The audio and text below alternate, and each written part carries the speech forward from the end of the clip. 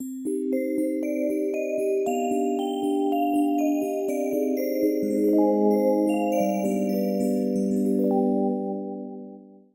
welcome to another Woohoo Wednesday. I'm Little Woo and I'm here to address another life question that I received. This week's question is, how to choose my career or vocation? I'm drawn to several paths and fear and desire obscure my clarity at times.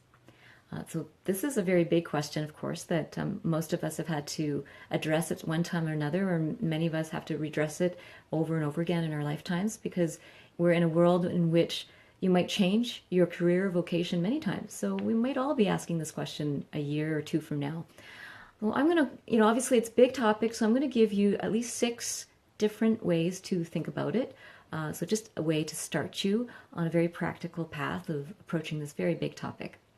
The first one is do some real experiments to help you overcome that fear, because a lot of fear comes from uncertainty, and the best way to deal with uncertainty is to start taking some action. And so when I say real experiments, those are things that are not just thinking or planning or research, but actually going out in the world and testing your idea out.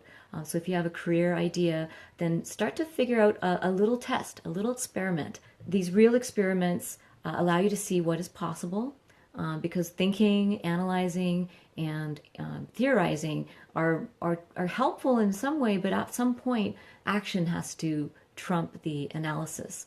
And action is what's going to show you what's real, what's possible, and what you like and what you don't like. Because we often have ideas of what we like and what we don't like, and they're not actually real. I love this quote by author Barbara Scheer. She says, "Even action in the wrong direction is informative." And that's so true, because if you find out that this is not quite what you like, that's really helpful, because a lot of choice making or decision making is about eliminating options. The second tip that I can give you is to let your experiments bring you actual income. Even if it's just a little bit of income, it's a way of telling the universe and telling yourself that you're very serious, that you're actually doing these experiments because you want to understand how it can be part of your livelihood, so that you're allowing this project or this experiment to nurture you. It's a way of getting accustomed to receiving for this type of work. The third tip is to not even call it a career or vocation, because that might be daunting to some people when they have this big word, career or livelihood or vocation or life path. Sometimes that can be really daunting. So instead of calling it career vocation, call it a project or experiment, like I said earlier. There's all different ways to approach it, so you might come up with your own word, but I love calling things projects, because that allows me to have fun with it and it feels finite. So if you don't like it, then you can take what you learned from it and apply that wisdom to something else, your next project. And if you did like it, then you can keep building upon it and do more projects like that and maybe expand them. So projects, experiments instead of career or vocation. Fourth tip is to think about, what do you like to geek out on for hours and hours that you would just love to study more of, to learn more of, to talk to an expert about, that you could geek out together with. What's something like that in your life? And then use that to begin your experiments. Fifth tip is, if you have too many interests, then you can pick maybe 2 of them and try a fusion experiment. And instead of just going, well, I can't pick one, well, then maybe you can pick 2 and interfuse them, interconnect them, and find a way to honor both interests. But, and as you get, more adept at it, you can start adding different layers of interest.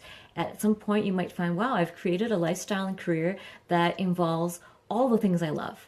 And it is possible. I want to affirm that it is possible. The 6th tip that I can give you today is to know yourself through these experiments and projects, and then to honor yourself. So know yourself and then honor yourself. So knowing yourself comes from those observations that you've made through all those experiments. Like I said earlier, what did you like? What did you learn? What did you not like? And then you bring that with you every time you do an experiment, so that you're really coming to know yourself. And there are very specific things that you need to know, like What are your ideal sleep hours, sleep patterns? How do you like to, work best? Do you like to work which time of day? How many hours a day do you like to work where you're really productive?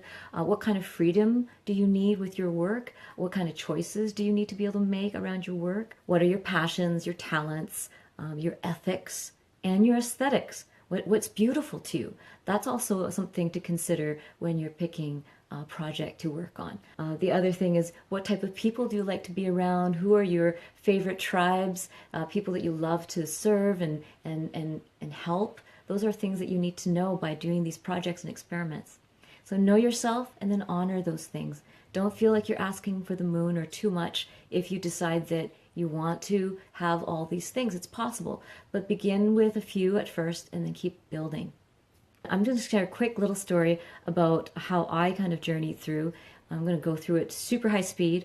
My very first job was being self-employed, teaching piano for 5 years. I was 14 years old, and I got a taste of what it was like to be self-employed, to be a teacher. I took away all the things I loved about it. I loved flexibility. I loved the freedom of choice. I loved being able to choose my own hours, and I loved being able to choose what students I wanted to work with. I loved cultivating their joy of music. But what I didn't like was having to follow that particular curriculum that I was part of, and I didn't feel like creating my own repertoire of teaching around piano. That wasn't what my passion was. So I was like, okay, I get that I like certain aspects of being a self-employed teacher. So I just kind of took that, put it in my vault, and then I just carried on with my next experiments. So I did all these experiments, so many, and I'll skip over most of them for now. And then I got into a time when I was doing teaching voice lessons and then focusing on healing. And I got into sound healing. I got certified as a sound healer. And so I started doing individual sessions around sound healing. And then I thought, oh, it doesn't feel quite right. So I started doing group sessions with sound healing, and that still didn't feel right. And then I was like, well, then I started moving to dance and more movement. And I was like, that was really fun, but it didn't feel right either. And then I was like, okay, I'm going to try some performance art, did burlesque. And then, everything, I always took what I loved about it, and what wasn't quite right, I took it to heart so that I got to understand myself.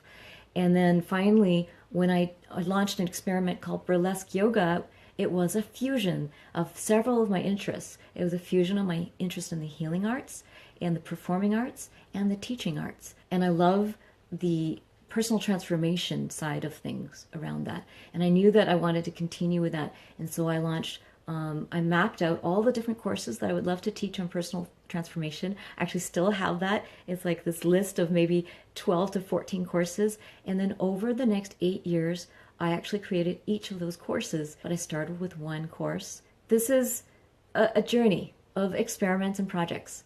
And if I had gone into each one saying, this is my career, it would have overwhelmed me. I would have been feeling like, no, this isn't right. And I might have shut down some of the opportunities that came and some of the epiphanies that came from the experiments.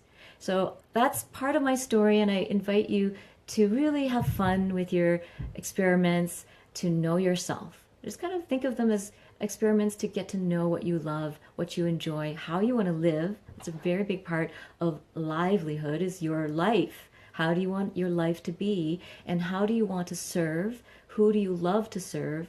And what are the gifts that you get joy in using in your service? All of those who are in a process of maybe transitioning from one career to another, I hope you will enjoy this broadcast, share with your friends.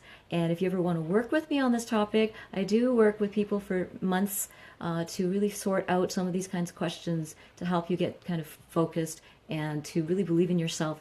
So check out my mentorship page on my website, and also send me your questions for future videos. treasures@littlewoo.org, and also every video is archived on my blog. See you next week. Mwah.